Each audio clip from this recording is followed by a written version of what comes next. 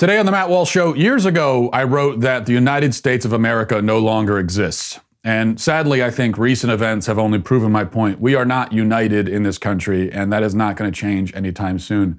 So what does that mean, and where do we go from here? What's just the reality of the situation? We're going to talk about all that today. Also, 5 headlines, including, you may have heard of those insurrectionists who are taking over parts of Seattle. Well, now they're trying their hand at building a self-sustaining commune, but these are all a bunch of city dwellers who have no survival skills whatsoever. So it's going about as well as you might imagine. And later, we're going to play a new game that I invented called the Cringe Challenge. It's a very difficult game, sort of a harrowing game to play. And the winner loses, really. But we're going to play that today. All that's coming up. Stick around for that. But first, you know, these days when it's difficult to get together with the people you love and you know, maybe you haven't seen some of your relatives in a while, that's why it's even more important. I think what Paint Your Life offers is even more important because you can feel like you're together even when you're not. If you're looking for a way to feel connected to loved ones when you can't be near, you've got to try paintyourlife.com. You get a professional hand-painted portrait created from any photo at a truly affordable price. We've done this ourselves. We've got a great painting from a photo of our kids. It's hanging proudly in our living room. We really do love it. You know, it is great. I can't say enough good things about it. It's a very user-friendly platform. It's a sort of a hands-on process where you obviously pick the picture you want. And throughout the process, you know, you're going to give your feedback. If you want things to be changed, they'll change it. They're very receptive to that and responsive as well. And in the end, what really matters is that this is a professional, real artist making this painting for you, and it's just beautiful. At paintyourlife.com, there's no risk. If you don't love the final painting, your money is refunded, guaranteed. And right now, as a limited time offer, get 20% off your painting. That's right, 20% off and free shipping. To get this special offer, text the word Matt to 64,000. That's Matt to 64,000. Text Matt to 64,000. Paint your life. Celebrate the moments that matter most. All right, so I want to have a conversation, something I mentioned on the show at various points a few times in the recent weeks. But now I want to dig into this and really talk about it in depth. But to do that, I have to go back to something that one of the first articles I wrote, actually, for the Daily Wire was a typically optimistic and cheerful piece titled "The United States of America No Longer Exists." And at the time, it was not met with a very warm reception from a lot of readers. And I kind of understand that because, number one, I had just started at the site. So I think a lot of people, they didn't know who I was. And they thought, who is this guy? Who is this guy coming in here? One of the first things he tells us, the United States doesn't exist. It was a tad bleak, I admit. 3 years later, it brings me no pleasure to say, I told you so. Usually one of my favorite things to say. My wife will tell you. But in this case, not so much. My basic thesis in that piece was that our country, though existing still as a legal and geographic entity, cannot be meaningfully described as united. So the United States of America no longer exists, except in name. We have nothing but the law and the land holding us together. And that is not enough to make a nation, to make a people. There needs to be something else, some uniting principle, some defining commonality that binds us. If we are going to be united, we must be united around something and by something. Today, 3 years later, all of that holds true, only more so. The key difference between now and 3 years ago is that, you know, arguably we no longer even have the law holding us together.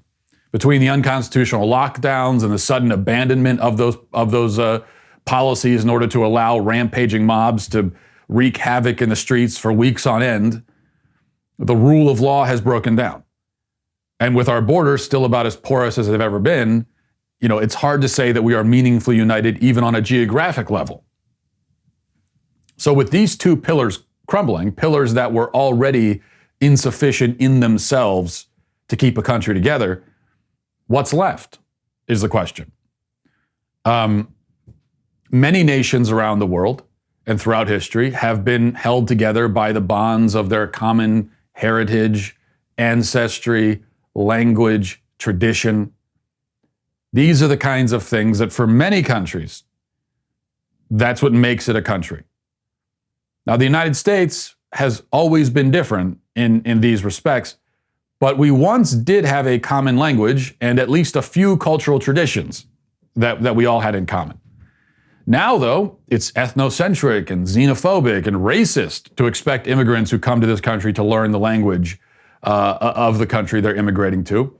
As for traditions, our national holidays like Thanksgiving and Columbus Day have been abolished in many quarters, and that trend is rapidly gaining speed. The trend is going in the direction of it happening more, not less. No doubt Memorial Day and Independence Day will be on the chopping block soon enough. These holidays are being torn down along with the statues of our historical icons and politicized like the sporting events that once gave us respite from the political back and forth, and now even those are platforms for the culture war, are political events almost. These losses are not insignificant.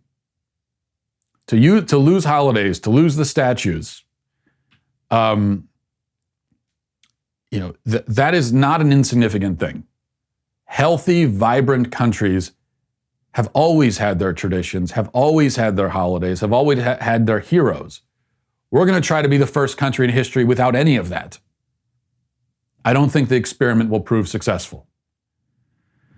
But the thing that has always made America unique, of course, is that it's a nation founded on ideas, on a creed.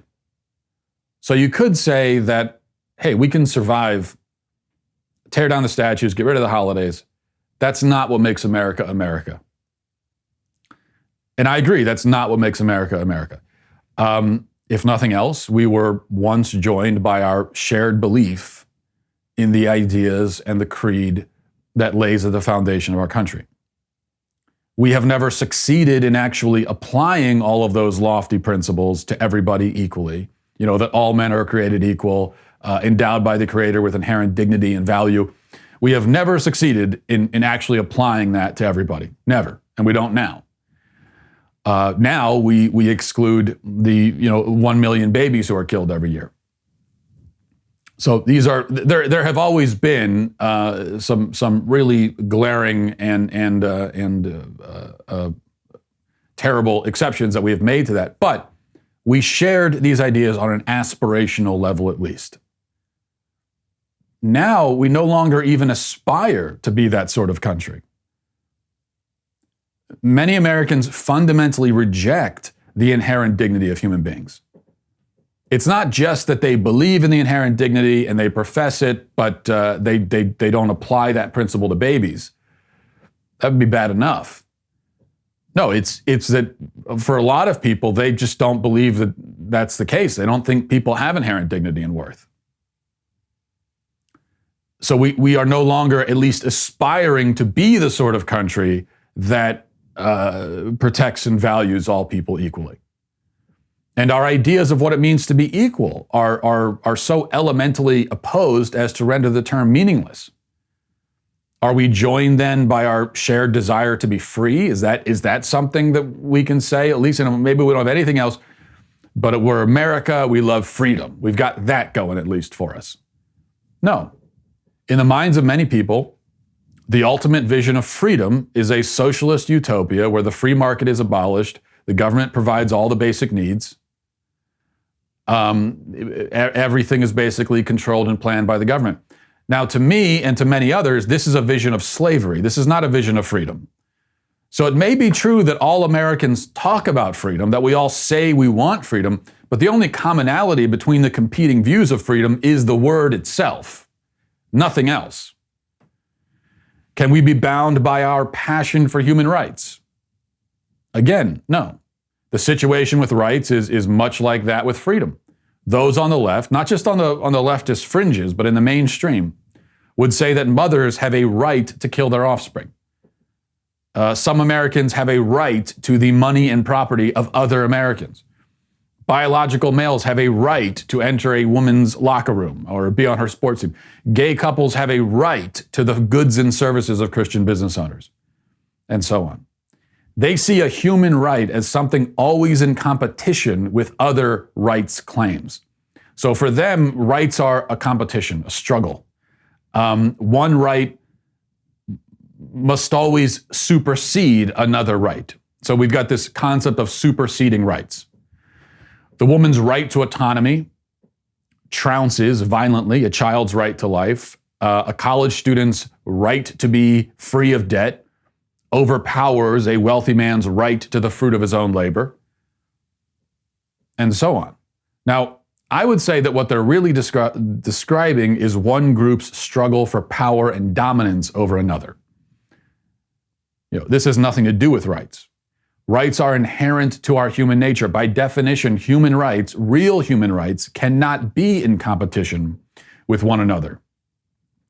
If you find yourself weighing these claims to superseding rights and trying to figure out whose right comes before, whose right comes before the other, if you find yourself doing that, it means that your whole concept of rights, human rights, is flawed. That's the way that I would see it. And since we have fundamentally opposing definitions of the term human rights, we cannot be united around it. If we cannot be united around tradition, around language, around heritage, and we also cannot be united around a shared belief in freedom and human rights, then what's left? We would appear already to be two different countries, or perhaps several different countries. And even that is generous, because really, when I talk to somebody and he tells me that he believes babies aren't people, that it's okay for a mother to kill her child, which he calls a fetus, biological sex doesn't exist, men can get pregnant, police departments should be abolished, America is racist to its core, I'm a white supremacist if I disagree with any of these points. When I'm told this, I find myself questioning whether we're even from the same planet, let alone from the same universe, let alone the same country. This is how absolutely opposed we are on all levels, with almost no common ground, no shared frame of reference. And that's why, if you're wondering why our arguments and debates are so unproductive, they never go anywhere, it's because we have no way to argue these points. We have no way to communicate. In order to communicate and debate someone, you have to have some frame of reference that you share between you two. Yeah, there has to be something there. I mean, there has to be some common value you both have, and that's going to be your starting point. You're going to build from that when you're having your debate. But if you don't even have that, there's just nothing that can happen here. It's not going to go anywhere. And that's where we are in our country, where we've got people, there's just nothing there at all that they share. And it is not an exaggeration to say that in this way, we are far more divided now than we were during the Civil War. I mean, you read about the Civil War, and obviously we can't romanticize or idealize the Civil War. 600,000 people died. It was a brutal, violent, horrible, horrific, nightmarish time. So there's no doubt about that. But even then, fundamentally, the two sides were not nearly as opposed, sort of philosophically as we are now, because they at least had, they had some common ideas, like common ideas like dignity and manliness and honor. They had that between them at least. They even both valued freedom. It's just that they had very different ideas of what freedom meant. But they did, and which is the case now, you could say, but they did believe that you had human rights endowed by the Creator, inherent human dignity. They believed in that. They didn't apply it equally. They didn't apply it all the way. There are obviously some huge blind spots there, just like we have now. But on an aspirational level, they had that. There was something there. There was a morsel of something, which is why the Civil War ended. Reconstruction was a terrible time as well in many ways, but the country did survive somehow. 600,000 people die. Brutal, violent. It was the worst war we've ever seen, still to this point in America, anyway. The deadliest war. It survived, and America went on to become a powerhouse. How did that happen? I think one of the ways it happens is that there was at least some commonality, some shared uniting principles that they had, as opposed as they were on so many other things. We don't have that now. What does that mean? Well, I guess this is the part where I'm supposed to have a solution. I'm supposed to give you the 1, 2, 3 step plan of how we can solve all these problems and come together. I don't have it. That's sort of my point. I just think that we need to begin by confronting and acknowledging the situation we are actually in as a country. And we need to be realistic. And so if you're sitting there calling for unity and saying we need to put our differences aside, it's not going to happen. It can't happen. In order for that to happen, millions of Americans on one side or the other are going to have to radically change how they see reality. And that's not going to happen overnight or at all, potentially. So we just need to start thinking about what we can actually do in light of all of this. The only problem people talk about breaking apart as a country and, forming 2 different countries. I think there's a lot to be said for that, actually. Listen, no country lasts forever. No country does. They all come to an end. We have to confront that reality too. The only problem is, though, that our division is not as geographically defined as it was during, say, the Civil War. So I don't know how that would work, but I think we need to start thinking along the lines of what can we do in light of the fact that there are these unbridgeable gaps separating one group of Americans from others. All right, we're going to move on to headlines in just a second, but before we do, a word from Legacy Box. If you're looking for a way to get all your old family home movies, pictures, and stuff like that, you want to get it all in one place. You don't want to lose them. You don't want them to get ruined. Then Legacy Box is the way to do it. It's a super simple mail-in service to have all your home movies and pictures digitally preserved on a thumb drive, DVD, or the cloud. Don't let those priceless family memories disappear, because that's what happens if you don't take action. Instead, here's an idea.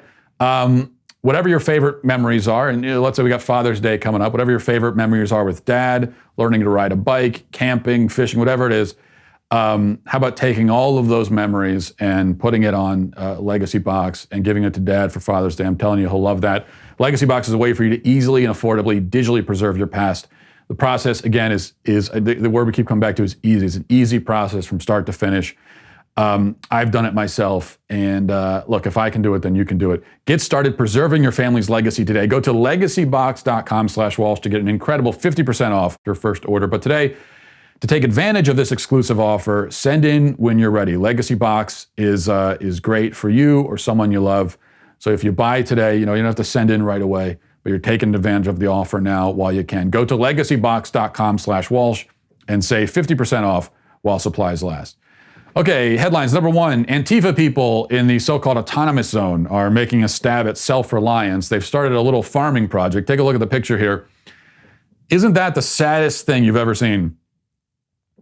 And look at the guy sitting there watching the plants, expecting like an entire large salad to just sprout out of the ground all at once.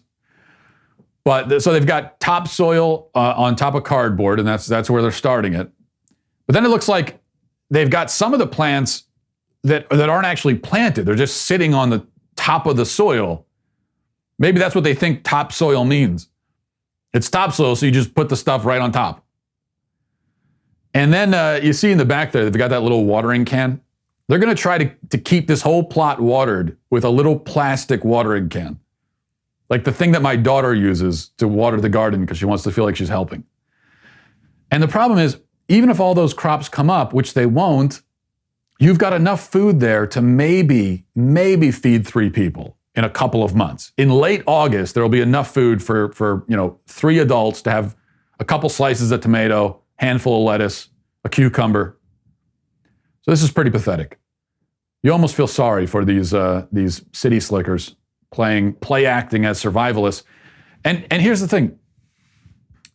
If you're really serious about this and you want to have your own commune, your own little community, and you want to be relatively free of government interference, and you really just want to be on your own, make your own rules, I respect that. Actually, I got nothing but respect for that.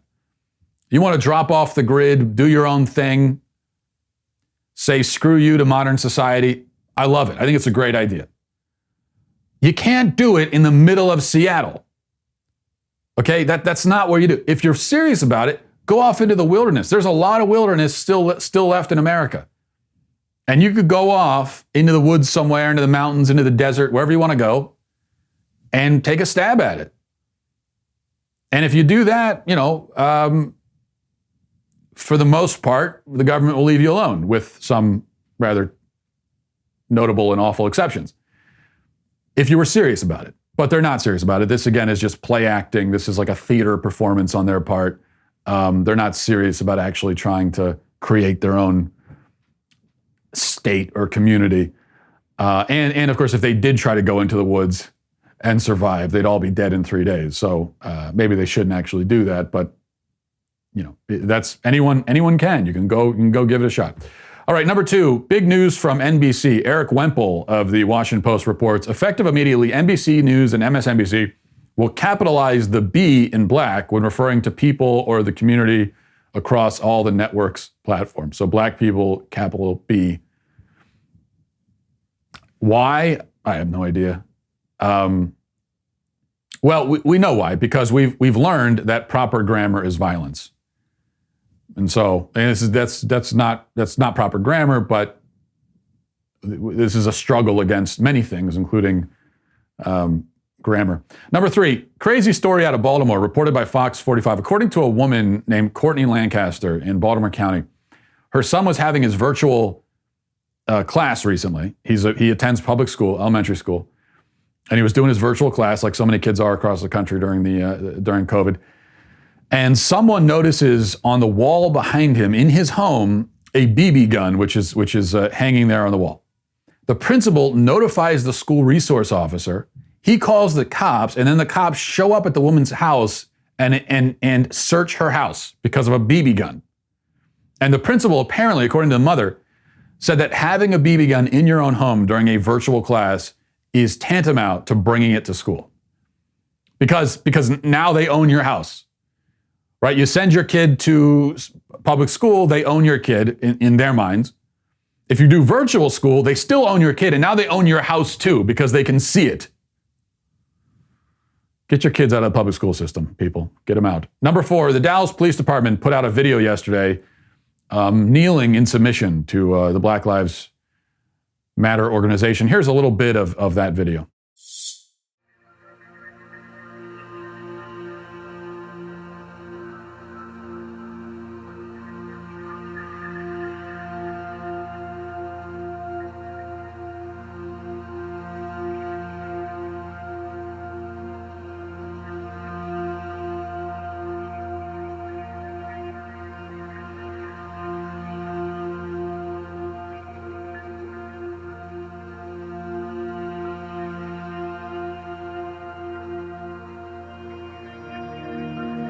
Hate in your heart for people of color, get over it. Okay? Because this city is a minority majority city. And this city is a city where blacks and whites and browns and legal and illegal all get together because we judge each other by the content of our hearts. Pretty bold stuff there from that officer, right? Hey, if you're racist, get over it. I disagree. I disagree with racism. You hear me? I'm not afraid to say it. Racism is bad.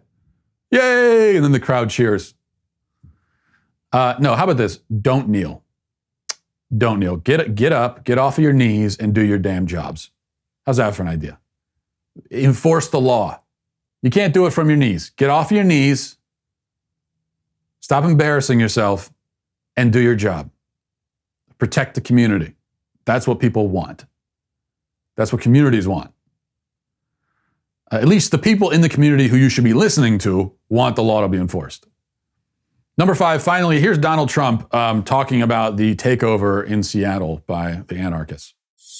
If there were more toughness, you wouldn't have the kind of devastation that you had in Minneapolis and in Seattle. I mean, let's see what's going on in Seattle. But I will tell you, if they don't straighten that situation out, we're going to straighten it out. And what do you mean by that? Like, what? I don't know if you caught it, but Governor Cuomo was so upset with Mayor de Blasio of New York, he said, I'm going to displace him. I don't really know how that would work. But, I mean, is that what you mean in Seattle? What I mean is very simple. We're not going to let Seattle be occupied by anarchists. Okay. And I'm not calling them protesters. I'm not but I got to see a performance that I've never seen before. I mean, you think he was a weak person in Minneapolis? The woman, I don't know, has she ever done this before? How can you? In Seattle. Oh, it's pathetic. I like what he says there. Of course, a lot of people on the left are upset, as always. Every time he opens his mouth, they're upset. But I like what he says there. Sounds good to me. The only problem is with Trump, oftentimes, the problem is when it comes to actually doing it. So I like what you're saying. Great stuff. Tweeting it, that's good stuff too. Trump's been tweeting a lot. He's doing a lot of tweeting during all this. He keeps tweeting law and order in all caps. He's tweeted that, like 10 times. I agree. Law and order is good. At a certain point, though, you have to go beyond tweeting and just saying it and actually do something. That's part of governing. So he's got the tweet down. He's got all that down. But it makes it so much worse. And I know there's no point in complaining about it now. I mean, Trump is Trump. It's not ever going to change. He's 74 years old. He's not going to change. And the Twitter thing, it's not ever going to change. Never will. He'll go down. I mean, he'll if he's going down, he's going to go down tweeting. Even if tweeting takes him down, he doesn't care. He's going to cling to that. All right, I get that. All right, but even so, the reality is that when you've got riots and the breakdown of law and order, and the president isn't really doing anything except just tweeting the phrase law and order, it looks impotent and pitiful and weak. And that is not the image that Trump should be projecting. So what I would like is for him to actually do something about it, actually follow through on some of these threats for a change. If you're not, though, then probably stop tweeting law and order, because it only highlights the fact that there isn't law and order right now and you're not doing anything about it. Okay, let's go to our daily cancellation. Before we do, I want to tell you about our very good friends over at rockauto.com. This is a no-brainer. If you can get the auto parts from the website rather than going into an auto parts store, then you're going to want to do that. It's a literal no-brainer. I mean, someone without a brain like myself knows this. rockauto.com is so much easier than walking into a store, and especially when they're just going to order the part online anyway. rockauto.com always offers the lowest prices possible. They're not going to change the price. They're not going to try to get as much as they can out of you. Like happens in so many industries. RockAuto.com is a family business. They've been doing this for a long time, for 20 years, but they're also online. You go to RockAuto.com to shop for auto and body parts from hundreds of manufacturers. Whatever you're looking for, I guarantee you they're going to have it. Best of all, prices at RockAuto.com are always reliably low, and the selection is always reliably expansive. The RockAuto.com catalog is unique, easy to navigate. Quickly see the parts you're looking for and then make your decision, make your purchase. Go to rockauto.com right now. See all the parts available for your car or truck. Write Walsh in their How Did You Hear About Us box so that they know that we sent you. Okay, for our daily cancellation, this is a little bit different. I'm going to be canceling all of the celebrities in the white guilt celeb PSA that I'm going to play for you in just a second. But I'm not going to spend time explaining why they're canceled and why it's dumb and all of that. That should be pretty obvious. And the incredible thing is that with these celebrity videos are roundly mocked by almost everyone on all sides every time. They are always a huge fail. And yet the celebs keep doing it. They keep doing it. They must know at this point that it's just going to be made fun of by everybody. Not just conservatives, everyone. In fact, I started the show talking about there's nothing that binds us together and unites us. This might be the one thing left, is that we all hate celebrity PSAs. This is the one thing holding us together, which means probably they should keep doing it. This is the only thing stopping us from a full-on civil war, is that at least we have this in common. Now, what I'd really like to do then is a little game, a little challenge I came up with called the Cringe Challenge. The game is to watch this video for as long as you can until the cringe factor is overwhelming, and you have to stop it for fear that you might die of secondhand embarrassment. Now, I warn you, this is not for the faint of heart. If you've seen any of these celeb PSAs in the past, you know how cringy they get. This one is way worse. Okay, this is the ultimate right here. This is expert level cringe challenge. So if you've never played the Cringe Challenge, we're going to be jumping into the deep end with this. It's a dangerous maneuver, but I think now's the time to do it. So we're going to watch it together. I'll see how far I can go. And one note about the rules, okay? You can try multiple times to see how far you can make it, but if you have to stop, then you have to go back to the beginning and do it all from the beginning again. Those are the rules. Sorry, I don't make them up. Actually, I do make them up, but still, those are the rules. All right, so let me pull the video up. Okay, we're gonna watch this together. It's 2:06, the video's a little bit over 2 minutes. Can we get through the entire video? Let's see. All right. I take responsibility. I take responsibility. I take. Okay, I gotta stop already. I gotta stop already. That Aaron Paul, the pause there, the pause with the hands like this. Oh man, the pause did me in. I couldn't even. What was that? 4 seconds? 5 seconds? And that's Aaron. That's Jesse Pinkman. It kills me that Jesse Pinkman is being corny right now. Why did Jesse E2 Jesse Pinkman? Okay, we're gonna try again. Let's give this another shot. All right. Let's go. I take responsibility. I take responsibility. I take responsibility. I take responsibility for every unchecked moment. For every time it was easier to ignore than to call it out for what it was. Every not so funny joke. No, stop. I can't do it. Every not so funny joke. Oh man, that guy. Who is that guy? Who is that? I don't even know who these people are. I can't even I don't know who these. Jesse Pinkman I recognized. Is that Justin Thoreau? Is that who that is? I don't know. Anyway,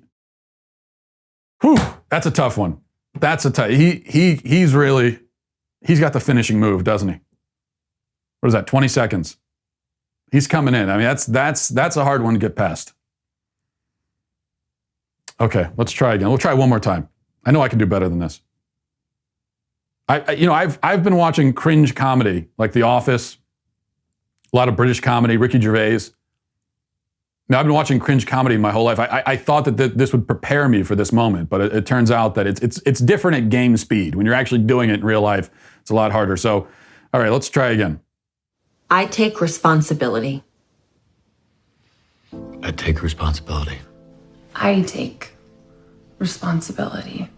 I take responsibility for every unchecked moment. For every time it was easier to ignore than to call it out for what it was. Every not so funny joke. Every unfair stereotype. Every blatant injustice, no matter how big or small. Every time I remained silent. Every time I explained away police brutality. Or turned a blind eye. No. I'm done. I can't do it.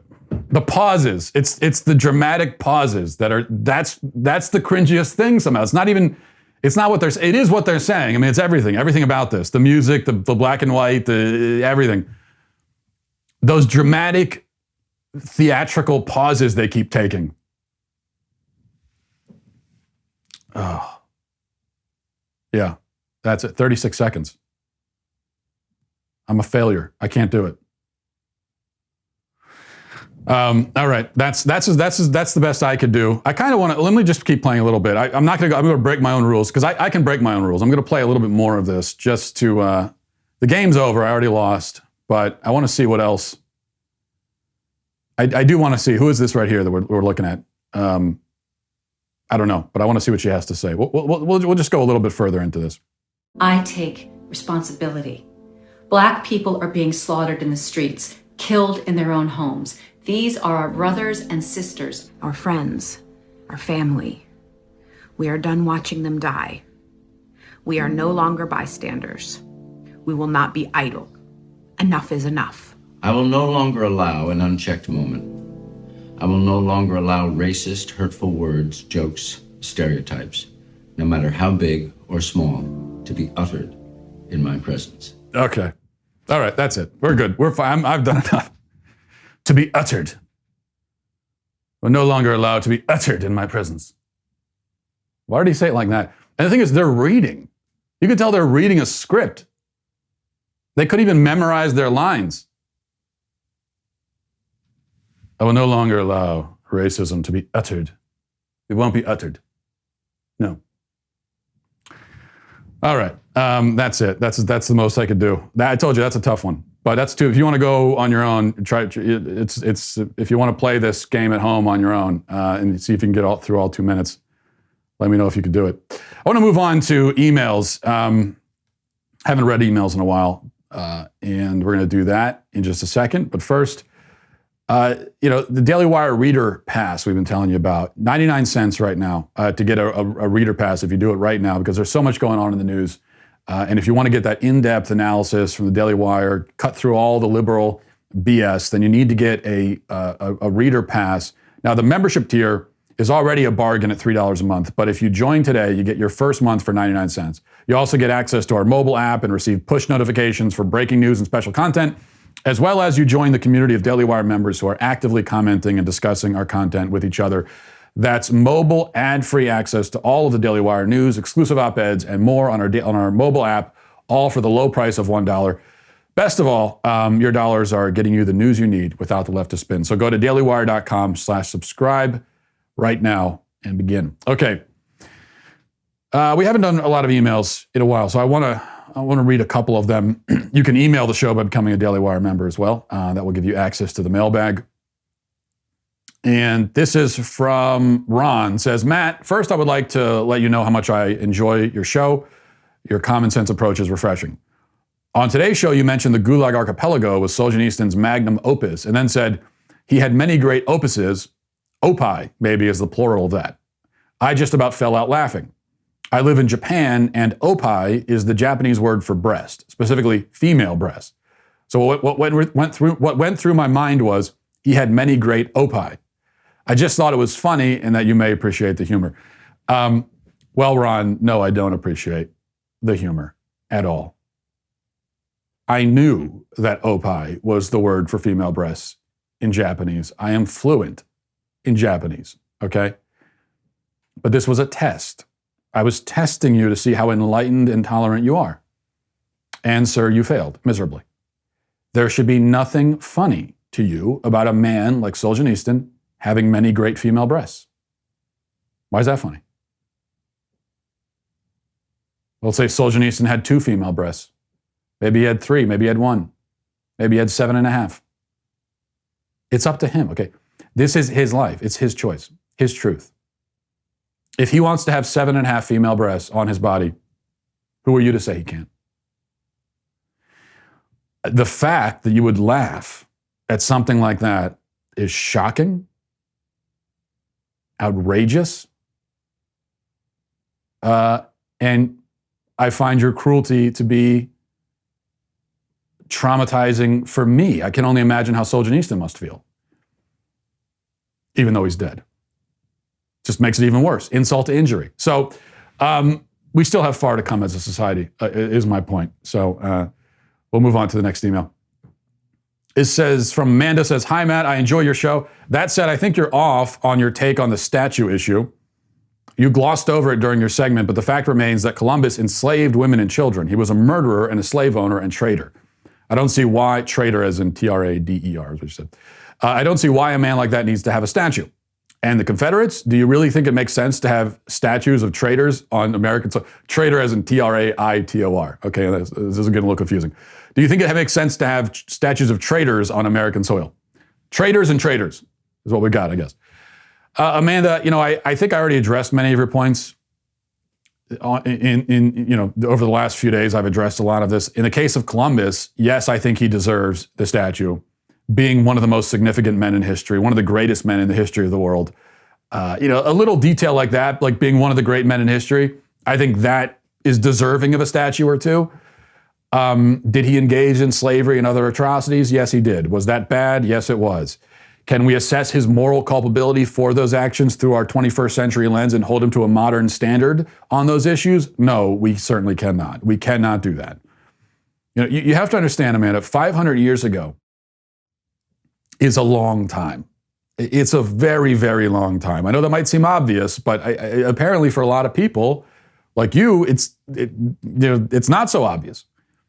It's half a millennium ago. The world back then was nothing like what it is now. It may as well have been an alien planet in outer space somewhere in terms of how different it was from our experience in modern times. It was a brutal, violent age across the world. Concepts like the absolute equality of the races didn't exist. Nobody believed in that. I mean, not a single person who existed in 1492 would pass as racially enlightened and woke by our standards today. Not a single person. And all of the great men everywhere in all parts of the world were by necessity hard-bitten, violent, tough, cruel. We could shake our heads about that now, but we do it from the comfort of our modern life, enjoying the fruits of the labor done by those men. We have the benefit, the luxury, the privilege to be scandalized by the brutality of older times. They didn't have that privilege. For them, it was reality. That doesn't excuse anything. We're not talking about moral truth. We're talking about moral culpability. I'm not saying that slavery was morally okay back then, just because most people thought it was. I'm saying the moral culpability, when we assess the moral culpability of someone, someone who owns slaves, if your neighbor Jim was found to have been owning slaves that he had tied up in his basement or something, he would be much more morally culpable for his slave ownership than a person 500 years ago would be. And I think that's just undeniable. Any thinking person must realize this. And so, we have to judge everyone through that lens, Columbus included. Now, one other point, though, a different point. You're arguing that these statues shouldn't exist. That's what you're arguing. You're saying that they shouldn't have the statues. That's different. There's a distinction here. That's different from arguing that they should be torn down. So maybe you see the difference. I would say statues are all about symbolism. Tearing a statue down is symbolism. There's symbolism in that, especially when an angry mob tears it down illegally. There's a lot of symbolism in that. What I would say is that the symbolism of tearing down a historical statue, particularly when it's a mob doing it, is terrible, awful. And so for that reason, I think, a reasonable person could be of the opinion that a particular statue isn't great and they don't love it and they wish that it was never put up, but they are not in favor of it being torn down. I think that's a position a person could take. That's not my position when it comes to Columbus. I like the statues and think they should be up. If it were up to me, I'd put them up. But there's just it's one thing if you're part of a community and they're talking about putting a statue up that isn't up yet, and you don't like the statue, and so you're saying, no, don't put that statue up. That's a very different argument from saying, this statue's been up for 100 years, let's tear it down. Especially when it's part of a hysterical rush, a panic to tear down statues all across the country. These are not isolated incidents. This is happening all across the country. And what is the symbolism in tearing all these statues down all at once across the country at the behest of the mob? The symbolism is one of affirming mob rule. It's one of condemning completely our historical, who were once our historical heroes. When you tear down Columbus statues all over the place, the message you're sending is not that, okay, we need to have a more nuanced view of Columbus. I mean, there were a lot of bad things that he did. We need to also be talking about that. That's not the message. The message is this was a scum. He was dirt. He's nothing. We shouldn't even remember him. That's the message you send when you tear him down all across the country. That's a terrible message to send.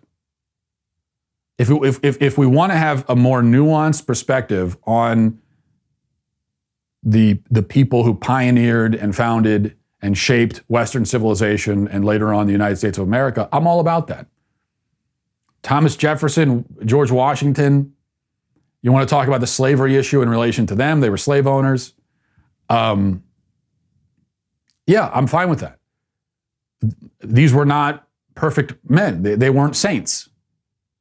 I don't think any church anywhere is canonizing these people. So I'm fine with that, but tearing down the statues is not what you do in order to begin a nuanced conversation. That's what you do when you are condemning totally these people and throwing them on the ash heap. And that I oppose, absolutely oppose. We can't do that. All right. I had a couple others here, but I'm long-winded as usual, so we'll have to save those for later. And I hope you guys have a great weekend. Godspeed.